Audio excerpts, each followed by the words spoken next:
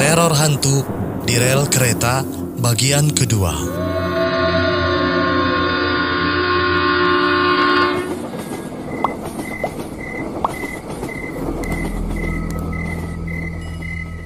Pada hari yang ketiga, saya memutuskan untuk ikut pengajian saudara saya yang meninggal itu dengan naik sepeda motor.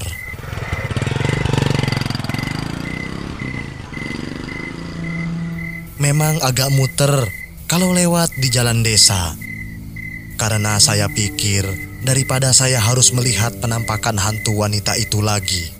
Walaupun begitu, tetap saya harus menyeberang rel kereta api angker itu. Dalam perjalanan berangkat, saya tidak menemukan atau merasakan hal-hal yang ganjil. Karena suasana di desa yang saya lewati masih banyak orang yang baru saja selesai sholat isya di musola. Jadi masih rame dan saya hanya menyeberang perlintasan rel kereta api itu. Sementara saya berangkat sendiri karena adik saya tidak kelihatan tadi di rumah. Mungkin dia sedang pergi dengan teman-temannya.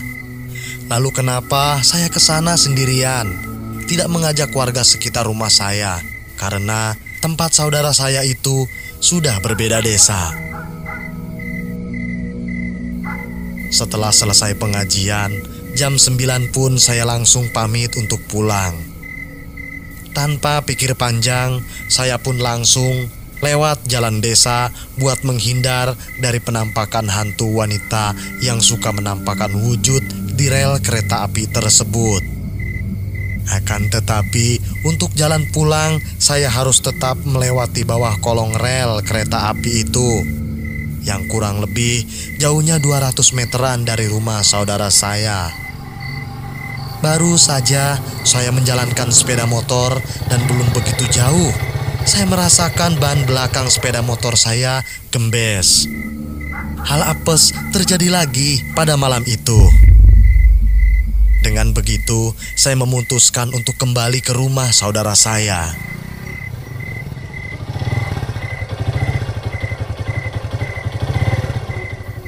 "Kenapa kok balik lagi?" tanya bude saya.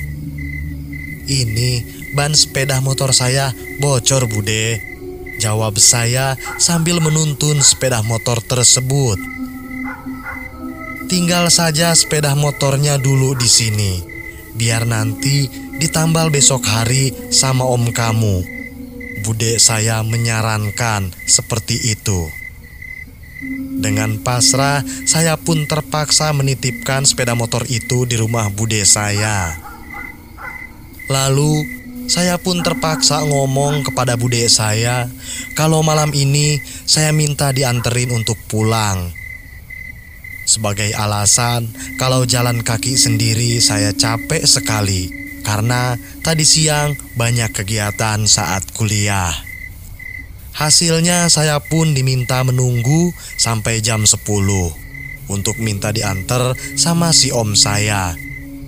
Kebetulan anak dari saudara saya itu baru akan pulang kerja dari pabrik sekitar jam 10-an. Setelah lebih dari 1 jam saya menunggu, datanglah si anak saudara saya itu, dan saya lihat jam menunjukkan 10.30. Alamat pulang malam lagi nih, keluh hati saya dengan rada jengkel. "Sudah, bawa saja motornya, nanti biar om yang tambal bannya besok pagi," kata om saya sambil mengasongkan kunci sepeda motor tersebut. "Oh, ya sudah kalau begitu om, aku pulang dulu ya," jawab saya seraya meraih kunci dari tangan si om.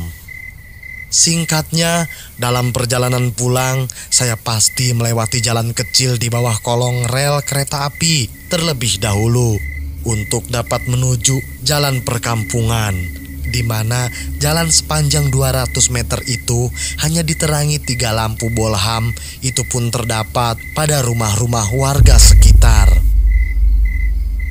Saya pun akhirnya pasrah, pulang sendiri dengan menaiki sepeda motor milik om saya. Setelah hampir setengah perjalanan, tepatnya di jalan kecil di bawah kolong rel kereta api, saya mengalami kejadian aneh lagi. Saya melihat sekelebat ada sosok bayangan di sekitar lampu, tepatnya di depan saya. Seperti ada bayangan, tapi kok tidak ada orang lain yang lewat. Tengkuk saya pun mulai merinding. Pikiran saya sudah mulai kacau. Jangan-jangan hantu wanita itu lagi.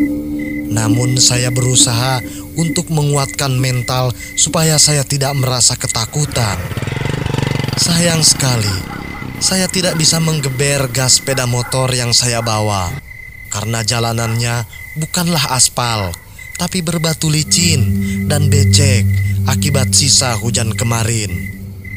Sampai ketika saya melintasi tempat di mana saya melihat bayangan tadi, saya sempat melihat di samping kanan saya apakah ada bayangan saya di sana. Saya berpikir bahwa ada satu sosok di depan saya dilihat dari posisi bayangannya. Bayangan itu nampak jelas bertengger di pondasi bantaran rel kereta api. Dan saya hanya bisa pasrah kalau harus terjadi lagi. Jangan ganggu saya cuma mau lewat, dalam hati saya. Ya Tuhan, tidak lama tibalah saya melewati tempat dari bayangan itu. Saya tidak merasakan apa-apa dan saya tidak mau menengok ke arah bayangan itu. Sementara jalan menuju ke desa pun sudah hampir sampai. Sekali lagi, untuk menuju desa saya harus melewati kolong jembatan rel kereta api. Dan motor harus dituntun karena ketinggian kolong itu cuma kurang lebih 1 meter dari permukaan jalan. Tiba-tiba setelah saya membelokkan sepeda motor ke kolong dan bersiap untuk menuntunnya, saya melihat kembali penampakan hantu wanita itu. Ia duduk di sekitar besi jembatan rel kereta api dengan wajah rusak, menunduk, rambut terurai tanpa kaki. Jarak saya dengan sosok itu persis di atas saya dan tidak kurang dari 1 meter. Tentu saja jantung saya benar-benar serasa mau copot saking kagetnya yang bercampur rasa ketakutan. Sontak saja saya juga melepaskan genggaman tangan saya pada setang sepeda motor yang saya tuntun sampai sepeda motor itu terguling dan meninggalkannya. Saya berlari terbirit-birit dan kembali ke rumah saudara saya. Sesampainya di rumah saudara saya menggedor-gedor pintu rumah saudara saya itu. Beruntung, mereka cepat keluar dengan penuh kepanikan mendengar saya menggedor-gedor pintu rumah mereka. "Kenapa? Ada apa?" tanya bude saya. "Aku lihat penampakan wanita yang kecelakaan kereta itu, Bude. Motornya saya tinggal di sana," kata saya dengan napas yang mulai sesak. Setelah situasi sedikit tenang, saya, Bude, dan om saya pun langsung ke tempat di mana saya melihat penampakan itu untuk mengambil sepeda motor yang saya tinggalkan. Di sana, akses jalan menuju rumah saudara saya itu hanya terdapat 3 rumah. Jadi, kalau malam bisa sangat sepi. "Saya lihat di situ, Om, hantu wanita yang kecelakaan kereta api itu," kata saya pada om saya dengan tanpa menunjuk jari tangan. "Di mana? Mana hantunya?" jawab om dan bude saya.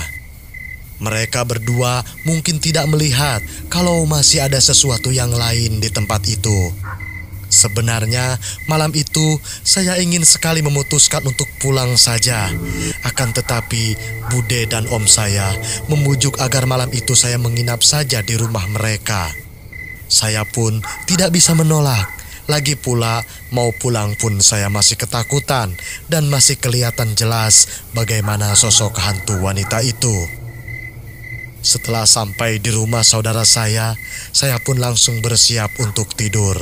Dan si om saya juga langsung tertidur pulas, mungkin karena kecapean. Sementara di luar terdengar gerimis hujan mulai turun, sekaligus menambah kengerian malam itu. Namun sebelum saya merasa benar-benar jauh tertidur, saya mendengar di samping rumah ada suara orang yang menggetok besi rel memakai batu.